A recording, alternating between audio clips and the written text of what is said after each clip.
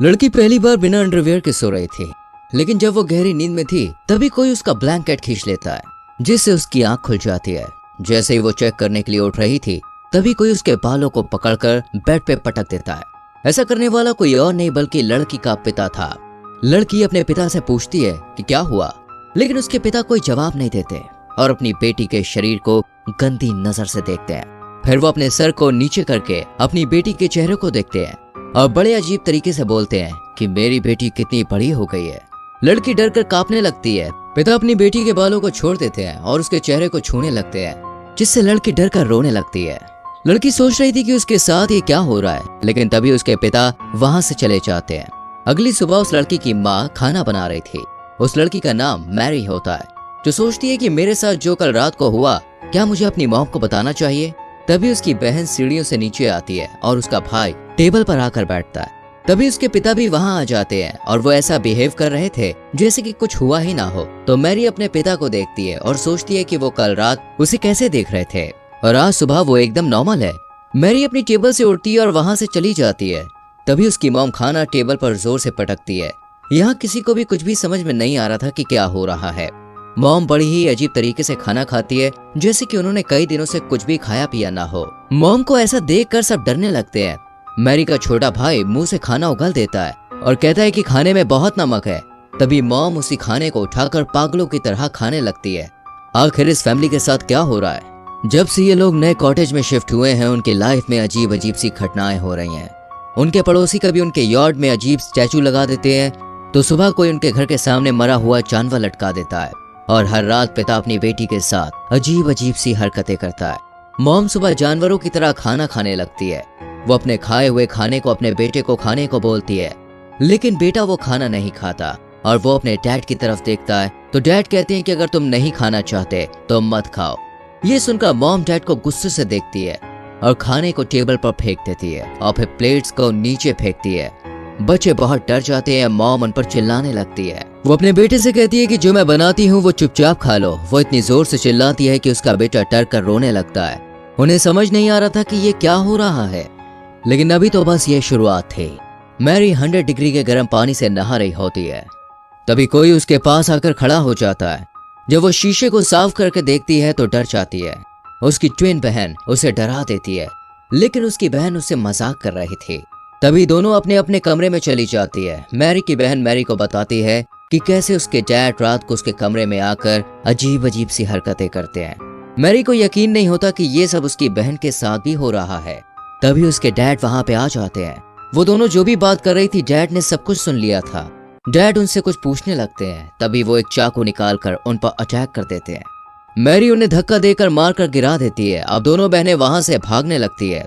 तभी अचानक से उनके सामने उनके डैड आ जाते हैं और मैरी के बालों को पकड़ लेते हैं। वो उन दोनों को थोड़ी देर देखते हैं और फिर मैरी को ऊपर से नीचे फेंक देते हैं। मैरी सीढ़ियों पर जाकर गिरती है और वहीं बेहोश हो जाती है। मैरी की बहन एना डर कर वहां से भागने लगती है। जब वो भाग रही थी तब वो पीछे मुड़कर देखती है कि उसके डैड उसके पीछे नहीं आ रहे।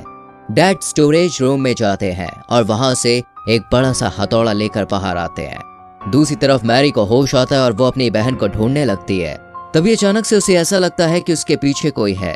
जब वो पीछे मुड़ती है तो देखती है उसके डैड हथौड़ा लेकर उसके सामने खड़े हैं और वो हथौड़ा उठाकर मैरी पर हमला करने ही वाले होते हैं कि तभी एना जोर से चिल्लाती है, जिससे डैड रुक जाते हैं। एना एक पेन से अपने डैड के सर पर जोर से मारती है, लेकिन उसके डैड को कुछ भी नहीं होता। तभी उसके डैड उस पर हथौड़े से हमला करते हैं, लेकिन एना नीचे झुक जाती है, जिससे हथौड़ा दरवाजे पर लग जाता है। तभी नीचे से एक जानी पहचानी सी आवाज आती है। वो आवाज किसी और की नहीं, उनके डैड की थी, जो इस वक्त ऊपर आ रहे थे। डैड की आवाज सुनकर यह आदमी हथौड़े को नीचे फेंककर दूसरे कमरे में चला जाता है। तभी डैड ऊपर आते हैं, जिनके चेहरे पर काफी डर था। वो अपनी बेटियों को देखते हैं जो उनसे डर कर पीछे भाग रही थी। डैड का पैर हथौड़े से टकराता है और वो दरवाजे पर बड़ा सा होल देखते हैं। डैड उनसे पूछते हैं कि क्या तुम दोनों लड़ाई कर रही थी, लेकिन दोनों उनका कोई जवाब नहीं देती। तभी उनका छोटा भाई अपने कमरे से निकलकर वहां पे आता है। मैरी और एना उससे वहां से भागने को बोलती हैं, लेकिन तभी एक औरत उस हथौड़े को उठा लेती है। वो औरत उनकी मॉम थी। डैड मुड़कर अपनी वाइफ को देखते हैं। वो उनके पास आती है और अचानक से हमला करने लगती है। डैड उसे रोकने की कोशिश करते हैं, लेकिन वो डैड को धक्का मारकर गिरा देती है।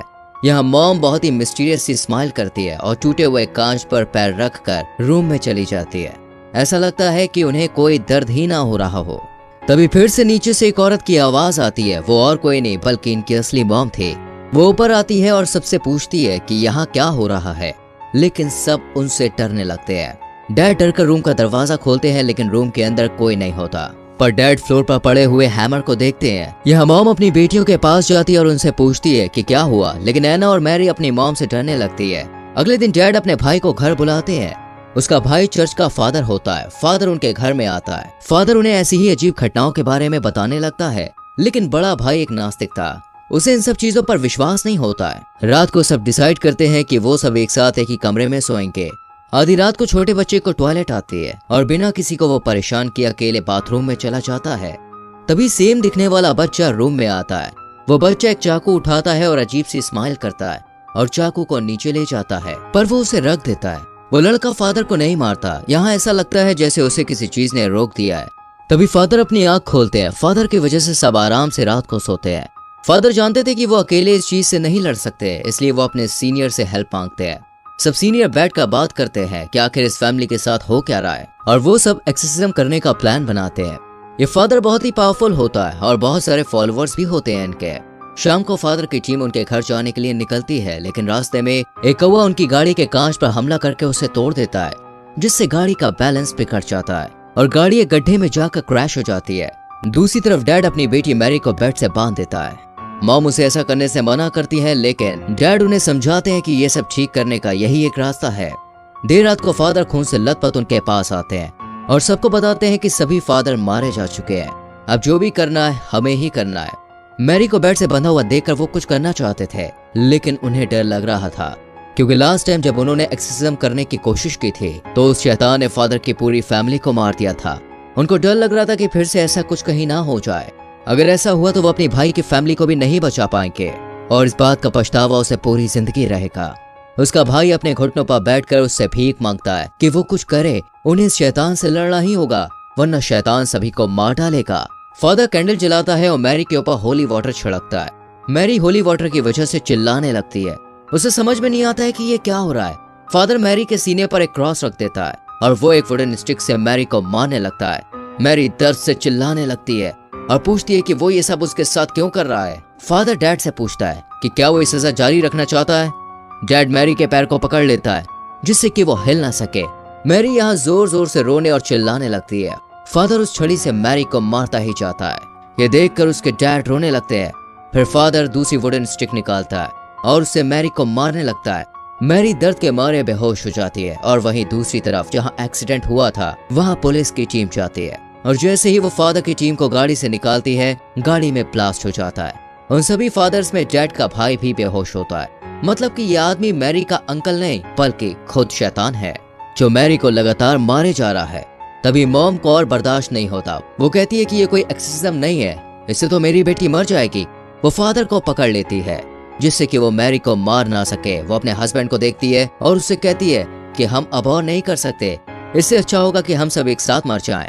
लेकिन तभी आदमी वाइफ को धक्का मार देता है और अपने भाई को रिचुअल चालू करने को बोलता है। तभी अचानक से उस आदमी को एक आवाज सुनाई देती है जो उससे कहती है कि वो एक डरपोक है और वो गलत का साथ दे रहा है। तभी डैड को सब समझ आने लगता है।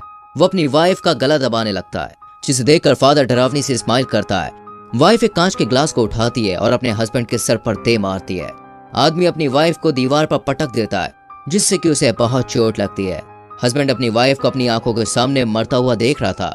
तभी वो अपने भाई की तरफ घूमता है, जो बहुत ही डरावनी स्माइल करते हुए उसे देख रहा था। तभी आदमी उस शैतान पर हमला कर देता है, लेकिन शैतान उसे मारकर नीचे गिरा देता है। और जैसे ही वो शैतान आदमी को मारने ही वाला होता है, तभी रियल फादर वहां आ जाते हैं और वो कुछ मंत्र पढ़ने लगते हैं, जिससे कि वो शैतान वहां से गायब हो जाता है।